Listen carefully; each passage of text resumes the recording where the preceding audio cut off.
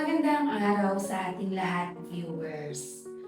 Ako po ulit ito, si Ma'am Rachel, ang narrator ng channel na ito. Sabi nila, pag nag-asawa ka, hindi lang yung asawa mo ang pinakasalan mo, kundi yung buong pamilya niya.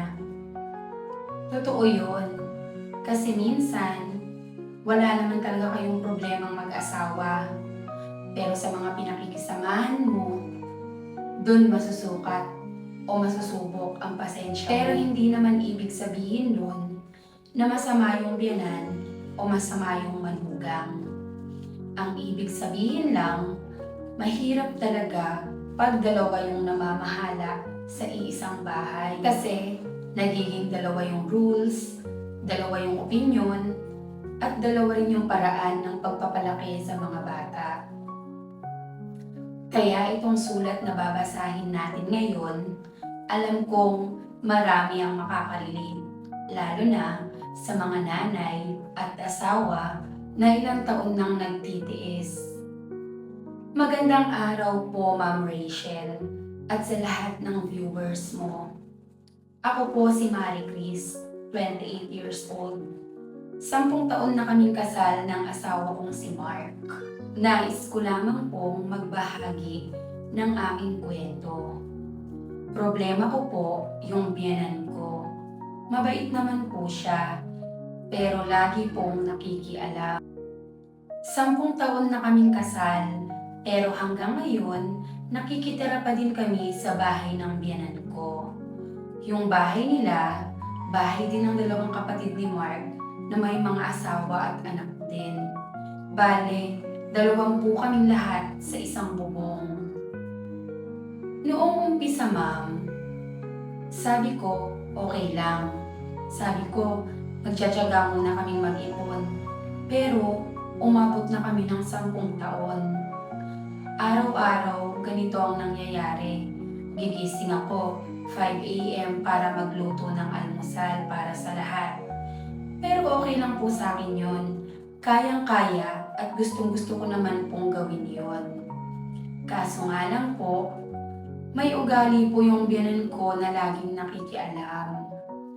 Sa pagluluto, sa pag-aalaga ng anak ko, at lalo na sa pera namin ng asawa ko.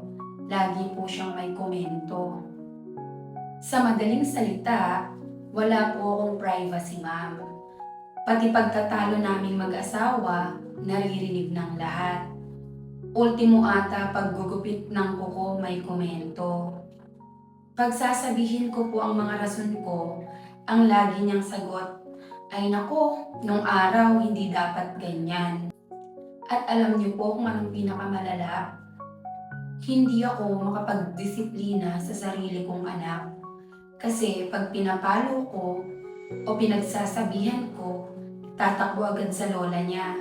Tapos, ako pa yung masama. Kapag sinasabi ko po sa asawa ko, sasabihin lang po niya, ganyan talaga si mama, huwag mo na papatulan. Pero ako, ma'am, sa totoo lang, napapagod na po ako. Nahihiya ako sa asawa ko, ma'am, kasi nanay niya yun. Mabait naman si Mark, nagtatrabaho siya, pero pag sinabi ko na, love, bumukod na tayo, ang sagot niya, tiis lang muna, wala pa tayong ipon. Kaya minsan, nahihiya na din ako magreklamo sa asawa ko. Kasi nanay niya yun. Pero ma'am, nasasakal na talaga ako. At ma'am, hindi lang din pera yung issue. Sa peace of mind ko na din. Gusto ko yung pag-uwi ko, bahay ko talaga. Yung pwede ako magpambahay lang, yung pwede kong gawin kahit anong gusto ko, pwede akong gumising kahit anong oras ko gustuhin, at pwede akong hindi magtrabaho kung kailan ko gusto. Yung pwede kong pagalitan yung anak ko nang walang nakikinig o nakikialam. At sa totoo lang po, ma'am, pagod na akong magpakitang gilas. Pagod na akong mag-ingat sa bawat salita na bibitawan ko. Paano ko po ba pakikisamahan ng biyenan ko nang hindi nasisira yung pag-asasama namin ng asawa ko? Salamat po, Ma'am Rachel. Hi, Mary Chris.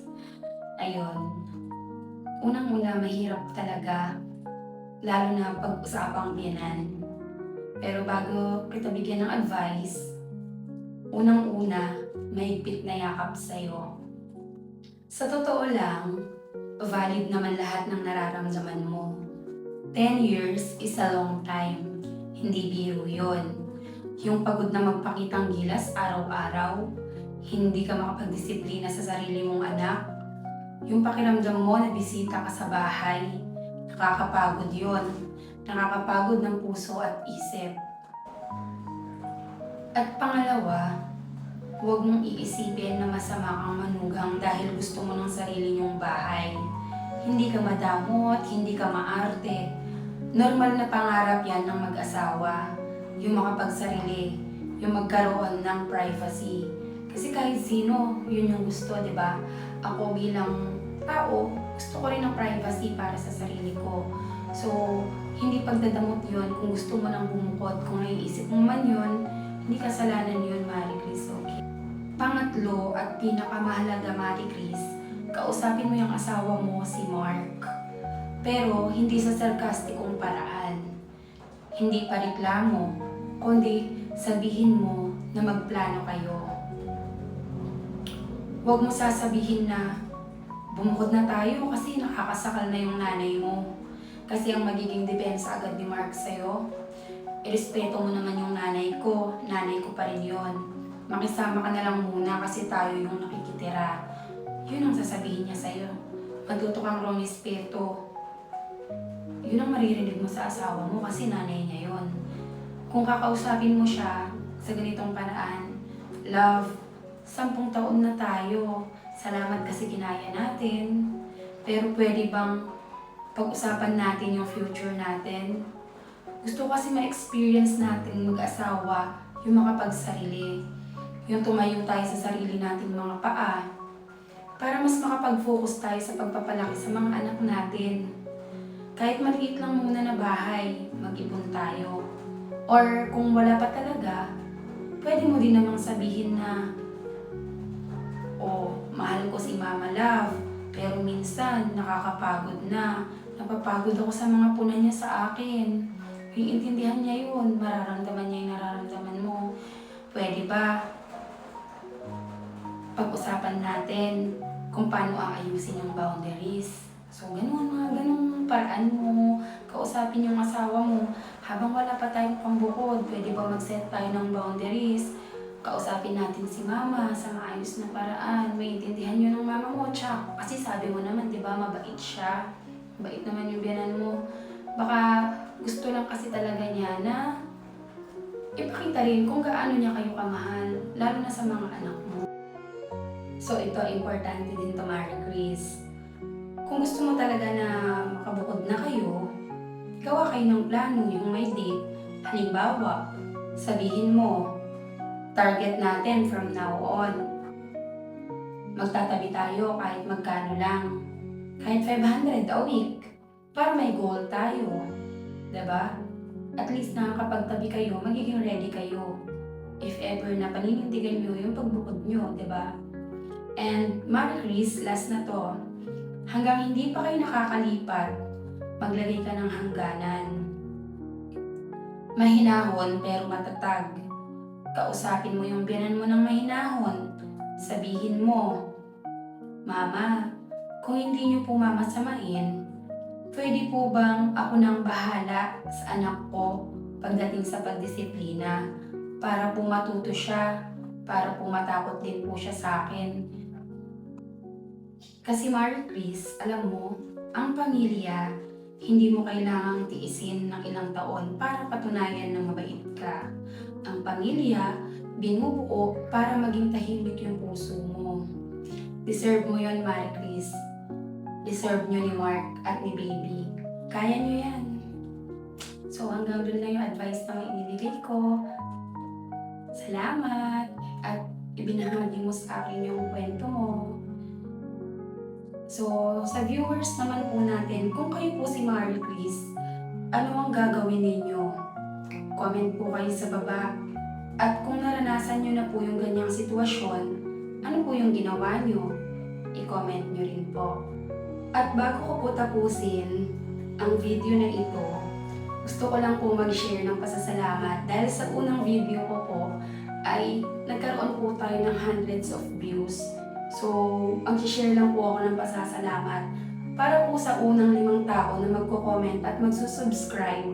Magbibigay po ako ng 50 pesos GCash bilang thank you. Wala po kayong ibang gagawin kundi mag-comment about sa story at i-share kung nakarelate po kayo. Muli, ako si Ma'am Rachel, ang narrator ng channel na to. Salamat sa pakikinig. See you sa next upload. Bye-bye!